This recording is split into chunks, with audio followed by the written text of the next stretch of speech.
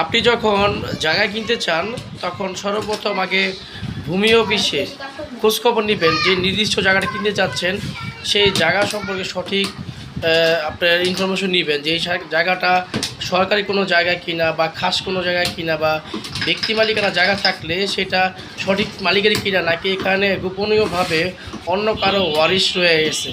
এই সকল বিষয়গুলো জেনে তারপরে জায়গা আপনি ক্রয় করবেন। এই জন্য আপনি যারা বিশেষজ্ঞ আছে, অ্যাডভোকেট আছে বা মৌরির আছে, তাদের কাছে স্বর্ণপূর্ণ হবেন, তারা এই বিষয়ে আপনার সঠিক ইনফরমেশন আপনাকে দিবে।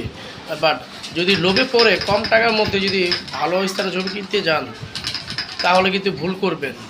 পরে দেখা যাবে সরকারি লোক এসে উচ্ছেদ অভিযান চালিয়ে আপনার শখের স্বপ্নের বাড়িটা বা জায়গাটা তারা দখল করে নিয়ে যাবে। আসলে দখল না, মানে সরকারের তার নিজের জায়গা নিজে বুঝে নিল আপনার কাছ থেকে, নাম্বার সে তার জায়গাটা সে তার নিজের কন্ট্রোলে নিয়ে আসলো। আপনি বরঞ্চ দখল করে জায়গাটা এতদিন ভোগ করতেছিলেন, অন্য কাউকে টাকা দিয়ে, কোনো পলিটিশিয়ান বা রাজনীতিবিদকে টাকা দিয়ে সেই জায়গাটা দখল করে আপনি ছিলেন। তো এটা নিয়ে গভর্নমেন্টের কোনো কমপ্লেন করবেন না, কারণ আপনি গভর্নমেন্টের কাছ থেকে জায়গাটা কিনতেছেন না, আপনি কিনছেন তৃতীয় কোনো ব্যক্তির কাছ থেকে। সো সবাই সাবধান থাকবেন। এখন কিন্তু দেশে প্রচুর উচ্ছেদ অভিযান চলতেছে।